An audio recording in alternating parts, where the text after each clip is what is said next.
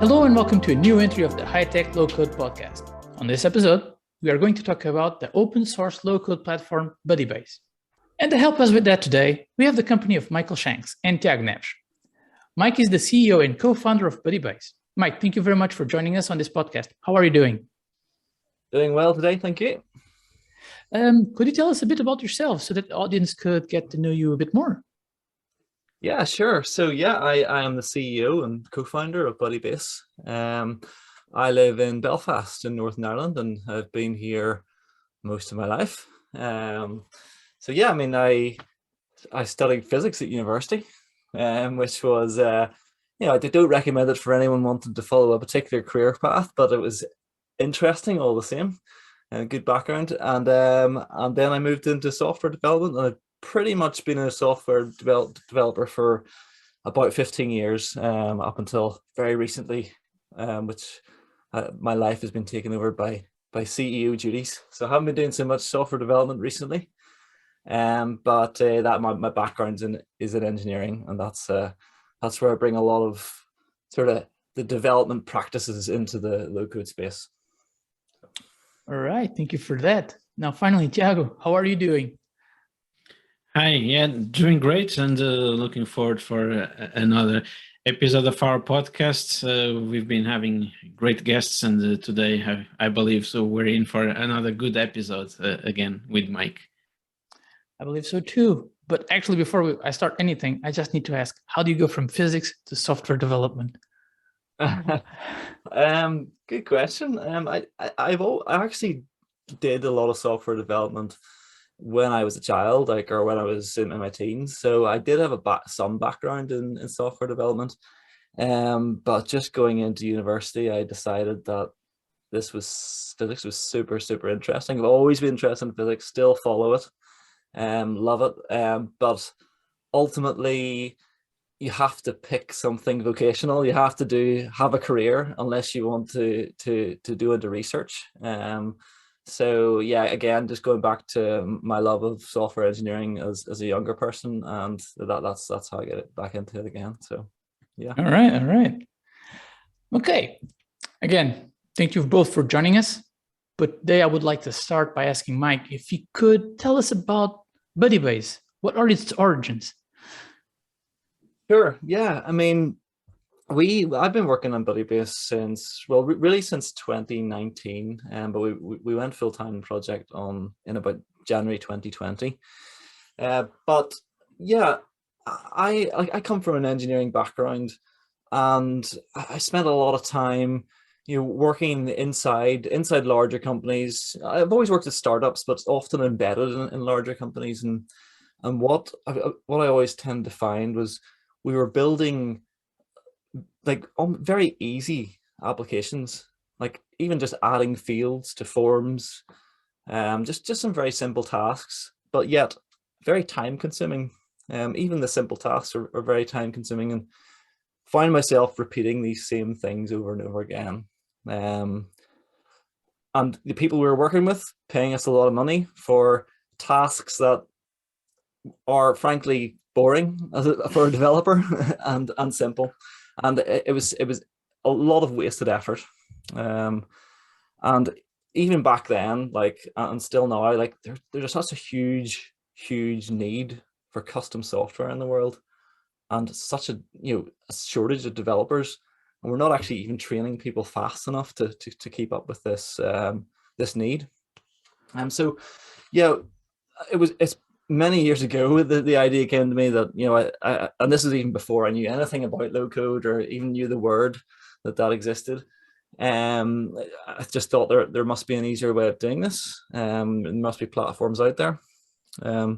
So coming in, when I decided to start this and really you take the first steps into developing a product to make development easier,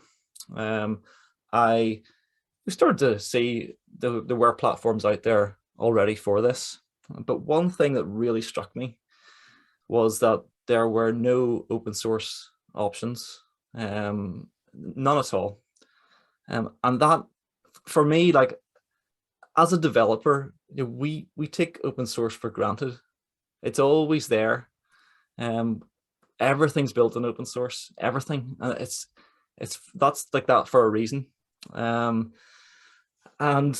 for me, anytime anyone needs to build software, I feel like they should own that software. Okay, they should be able to have ownership of that, of the software that they build for themselves. And that's only possible if you build with open source, because you have the freedom to take and use that the code that you're building. You take code from other places and build it into your application, build it into your software. So for me, the fact that there were no open source low-code platforms out there, it was quite a shock, because I don't think there's actually a viable future in low-code without open source. I believe that those tools would be only the things used by the companies with the deepest pockets, really, unless it's open source. I believe that's the only way we can really push the whole world forward in terms of low code, is if it was an open source platform. So yeah, I mean, we talk about, often people, when they think of open source, they think of free, and that, of course, free is of course free of cost, just to begin with. But the most important thing about open source is the freedom aspect of it. The freedom to take the platform and do what you want with it. The fact that you don't have to come and ask us to use our software. You don't have to ask your legal team if you can use it, because it's an accepted open source license. You don't have to ask your procurement team if you can buy it, because you can just use it. And that's something we take for granted in open source all the time. The fact that whenever we're building that, even just as developers, if I want to build an application today, I can pick a database such as Postgres, for example. I can just take it, I can use it, don't have to ask anybody. And that's the most important thing about open source, is that freedom aspect. And again, that's where this adoption of open source, this is where it spreads. This is how it spreads. The fact that you can just, like I say, you can take it and use it. I often compare us to a platform called WordPress. Now, WordPress is a very popular open source website builder. And the interesting thing about WordPress is that it's not necessarily the best website builder out there. There are lots of more modern, and some would say better platforms, but it's still extremely pervasive, and it's still used so widespread. And one of the reasons for that is because it's got such a vast plugin ecosystem. It's got a plugin for everything, absolutely right. everything. And the other thing is, you can walk down your street where you live, and there's probably a WordPress developer there. Okay, they can build a website for you. It's this ecosystem that's around WordPress that makes it so powerful, and that ecosystem is only possible because it's open source, because people can take it, build off the top of it. They can take it, they can use it for whatever they want. They can build a business on building plugins. There are $10 million businesses, built off the back of WordPress plugins. You can make a career for yourself being a WordPress consultant. Okay, and they don't have to ask WordPress for that permission. So that's really the power of open source. It's the ecosystem and it's the community around it. And that's really what is missing in the space of low code in general. Okay. All right. So yeah, that was a very long-winded way of saying open source is awesome. But that's what we like. We like to hear the heartfelt answers. Yeah. So yeah, no, so that was the big thing with that we saw that was missing in this space is an open source competitor, an open source option. Our other thesis on this, there are lots of angles you can take with low code, but we like to talk about BudiBase being used by any developer as well. And when we say any developer, we really mean developers of any skill, and even the word developer, in fact, is a very, very broad term. You can have a back-end developer who hates writing front-end code, hates writing user interfaces. You can have a front-end developer who equally hates writing web APIs and connecting to databases. Or you can just have, quote unquote, a junior developer who's just less experienced, doesn't know how to put the whole thing together. So there's such a broad range of that meaning, the term developer. And we see ourselves as a platform for any developer. And what that actually comes to mean in terms of how we build the platform is that if you are a front-end developer, you should be able to use BudiBase to build a back-end visually. So you don't need to know back-end development to build a back-end. Similarly, if you're a back-end developer, you don't need to know front-end coding to build a front-end. Okay, so we have a visual platform where you can put a full stack web application together without needing to write code. Okay, but also any developer means full stack developers and developers with lots of experience. So that means we need to provide those coding options. So those escape hatches, as we like to call them. So again, if you're a front-end developer, you want to be able to write a bit of CSS somewhere. If you're a back-end developer, you need to connect to SQL databases and REST APIs because you know how, and that's your superpower. You should be able to do it. Okay, so there are levels to this platform whereby you can create everything without code. When you need code, you can add it. And then down the line, we haven't done this piece yet, but certainly this year we aim to add the ability for people to like fully write like their entirely new front-end components, entirely new back-end integrations. Like this is full pro code, as some people would call it. Just import full bits of code into the platform. So the whole idea in this is a really lovely developer experience, an experience for building web apps visually, backed up by the flexibility and extensibility of code that a proper full experienced developer can write. So yeah, BudiBase for developers, but for any developers is what is our take on this. Nice slogan there. Nice slogan. That's not our official slogan, actually. What's the official slogan then?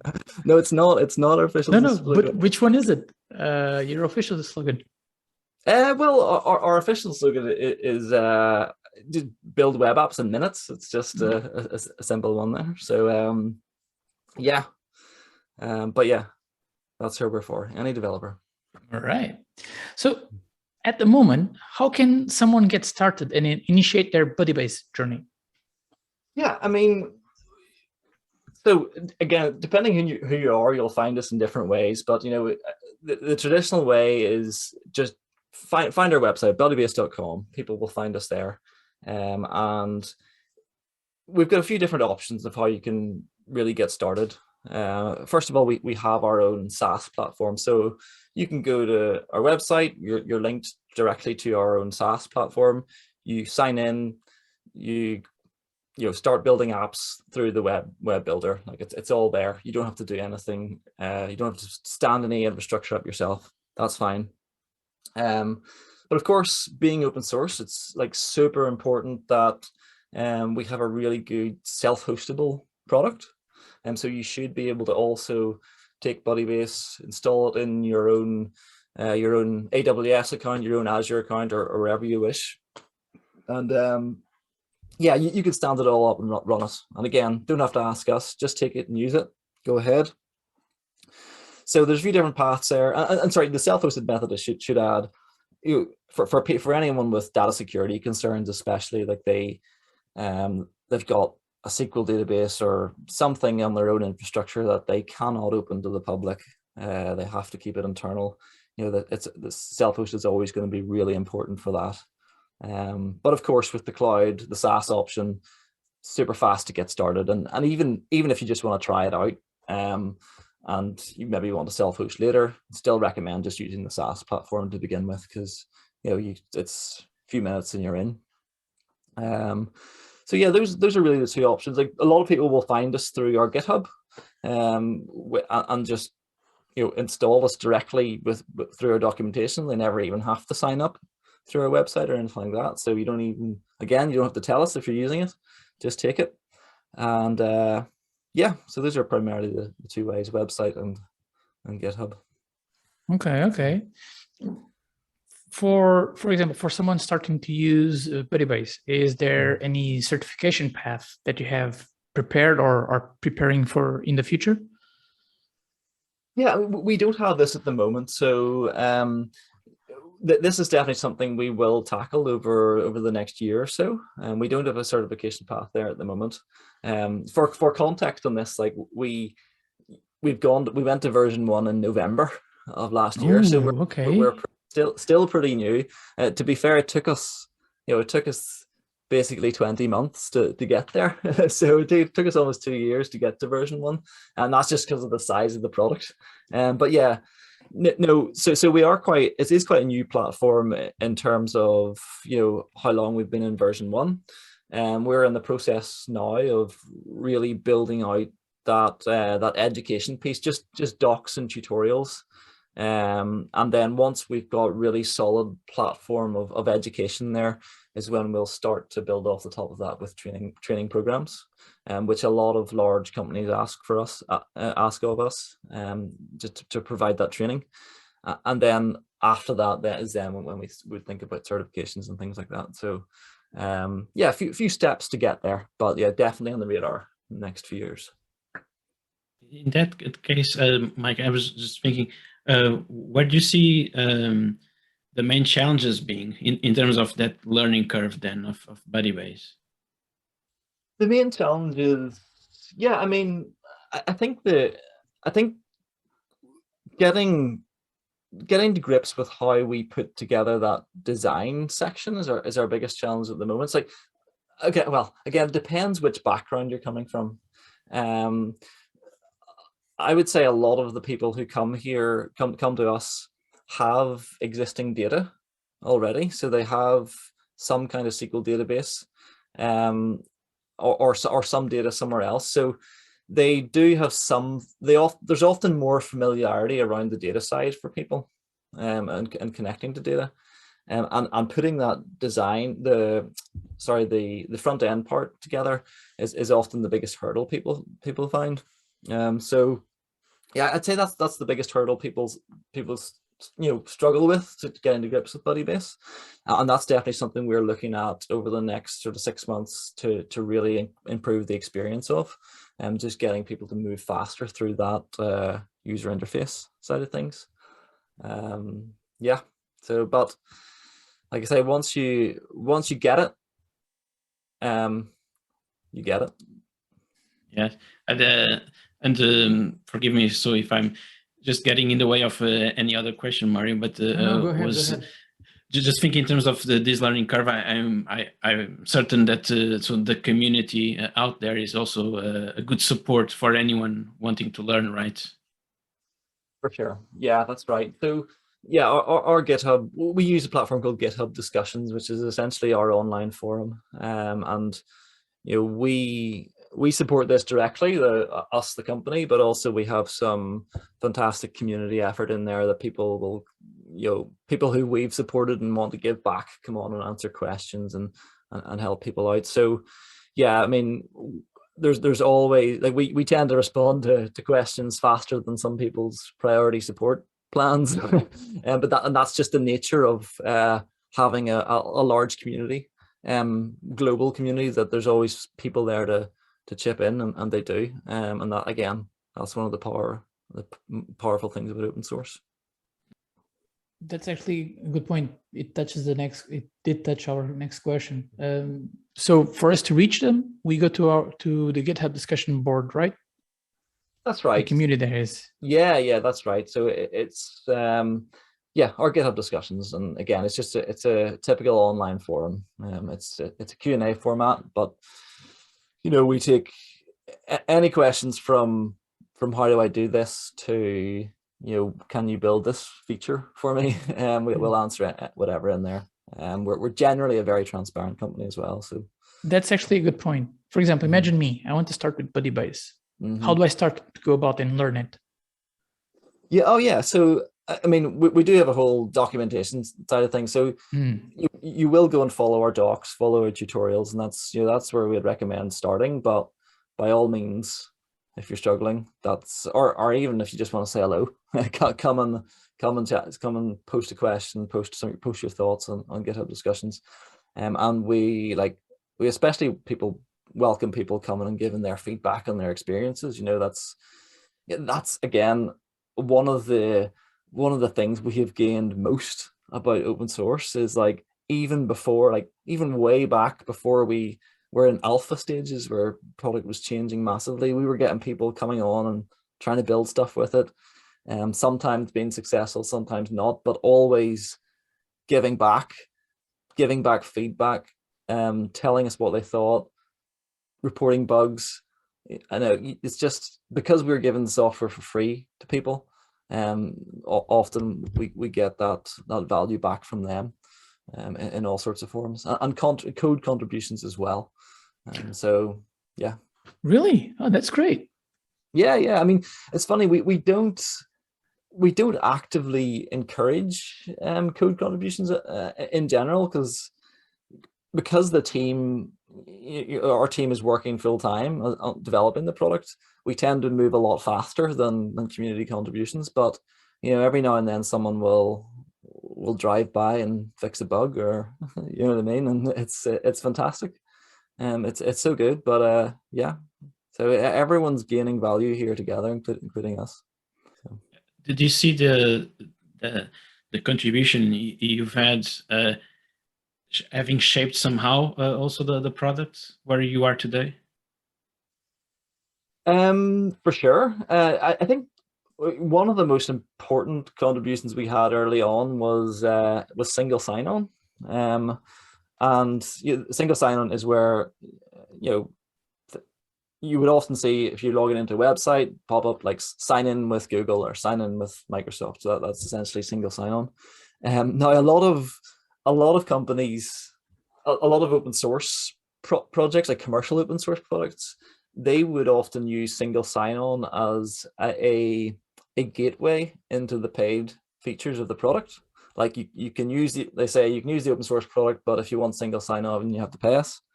Now one of our community members built it, so and we accepted it. so maybe that would have been a paid feature. I'm of the belief that it would never have been, but yes, that's certainly a way in which the community can shape our product. On the other hand, we are, as the company that owns the code, owns the vast majority of the contributions, we are the gatekeepers, and we do code review everything that comes in, and we still make the decisions on what gets accepted and what's not and what doesn't. But yes, the community has a big say in that as well. This is the part where I will need you to explain it to. Taking into account that it is an open source based product, what can you tell me about the license? How would it work? Yeah, so we use a license called GPL version 3. There are a lot of open source licenses out there. GPL 3 is one of the most common. But to be quite broad about it, GPL is what's known as a copyleft license. And I did say that right, so it's not copyright, so it is copyleft. And what copyleft means is that if you make changes to our code base, then you are obliged to also make those changes open source. Also, if you use any of our code in your own product, then your product also has to be open source. Okay. Now, anything that you build with BudiBase, we don't that the license that doesn't apply there. If you build something with BudiBase, it's closed source, it's yours, you can use it, that's fine. But yeah, copyleft licenses have this clause whereby if you link to our code directly, like you use the code or you change the code, that you also have to make that code open source. And one of the reasons, or actually the main reasons for this, and I actually recommend this as a license to a lot of open source projects, but one of the reasons for this is because it provides us with protection. So it means if a company comes along and they decide, right, this is open source, I'm going to close this source off and I'm going to create a competitor to BudiBase, then they're not licensed to do so, because as soon as they make a change to the code, whether it's their own branding or anything, they have to make that open source as well. And they can do that. They can go off and do that, and they can still be a competitor. But any changes they make, we also benefit from, because if they've done a really good feature, we can pull it into our code base as well. So there's no advantage to be gained from someone forking the project, essentially. If it's really, really custom to them, that's fine. There's no reason why they shouldn't. We don't have to take that change, but yeah, and we're happy for them to make the change. But yeah, so that copyleft licenses provide protection against that. If you take another example of another license, for example, MIT, which is probably the most loose license, the most permissive license out there. It's about it's about 10 lines, and it basically says you can do whatever you like, just don't sue us, is basically what it says. Now, if we were MIT licensed, then somebody could just take our entire code base, do what they want with it, close it off, sell it, and rebrand it, and essentially compete with us, and that's not what we want. All right. Well, thanks for the explanation. That was quite interesting. Mm-hmm. Which leads me to my next question: what comes next for BudiBase? Yeah. So, I mean, our one thing I should have led with this, in fact, but our mission as a company is to create the world's largest ecosystem for business applications. Okay, so right now we're building out that core platform, all the things that you can do with BudiBase, you can build with BudiBase. Now, I talked earlier about that ecosystem, and it's that ecosystem which really makes us defensible, makes us a business that can't be replicated. It's the ability, it's the ability for people to build millions of plugins off the top, because those millions of plugins, those millions of integrations, components is really what people can't, other companies, other software cannot replicate, and that huge community is what can't be replicated. So yeah, it's really building out this ecosystem on top. We've got a really solid core platform at the moment, but allowing people to extend it, write their own integrations, write their own components, but also write their own full application templates. So again, BudiBase is full stack. So we want people to come along, build, a CRM for podcasting. Okay. Right. They can put that on a marketplace somewhere, maybe a marketplace that we will host in the future potentially, and other people can just one-click deploy their podcasting CRM template, and they have software for podcasting CRM. So it's again providing this ecosystem of applications, like full applications, is what can really change the face of software in general. If you think about the amount of SaaS platforms out there that are they're essentially vertical slices of an industry.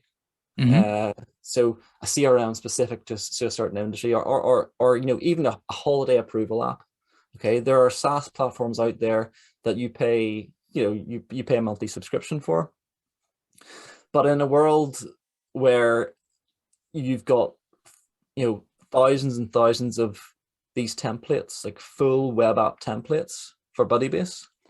If you already pay a license to BudiBase on our cloud platform, or you're just self-hosting for free yourself, you can just pull you don't need to buy another SaaS subscription. You've got a full web application template right there that you can pull in and use, and it's ready to go. So that is somewhere we as part of our ecosystem, that is where we will go. And again, just enabling people to just build out any kind of application, any kind of business application on top of BudiBase with any integration, any components, just expanding that ecosystem. That's where we're at. That's how we grow. All right. Tiago, anything you would like to ask? Yes. Don't want to bring other names to the picture, but Mike, so people always kind of try to see, so where does BudiBase fit, and so how does this compare to basically so similar or other low code at least solutions out there? Where do you think BudiBase so fits with, not specifically what does it compare with, but where do you see BudiBase fitting in the bigger picture of low code? Yeah, I mean, like if you search for low code today, you'll get a huge array of software, right? But if you narrow that down to building web applications, then that narrows the field considerably. Like, you're not building a chatbot. It's not a low code chatbot builder. Okay, so you narrow the field down to web application builders. Okay, then if you think about it's a full stack builder. So you can build an entire application on BudiBase alone without having to go anywhere else. It also connects really well with existing data sources, so SQL and REST. So when you start, and also layering on top the extensibility, the flexibility aspect. So it's for developers to develop on top of and build web apps. Then again, narrowing the field of things that you can and can't do with, or that you can do with BudiBase. So yeah, and then if you finally add open source on top of that, then you'll find that there's no one else. so that it's a matrix of features of what we're aimed at. It's for developers. It's for any developers. It's full stack web apps, and it's open source. Okay. Well, guys, I guess that with that, we end today's episode. Thank you very much, Mike and Tiago, for your company. Would also like to send a big thank you to everyone who is listening, and hope you can join us on our next episode of High Tech Low Code Podcast, where, as always, we'll talk about more topics of the tech universe. See you soon. Bye. Thanks, Mike. Good, guys.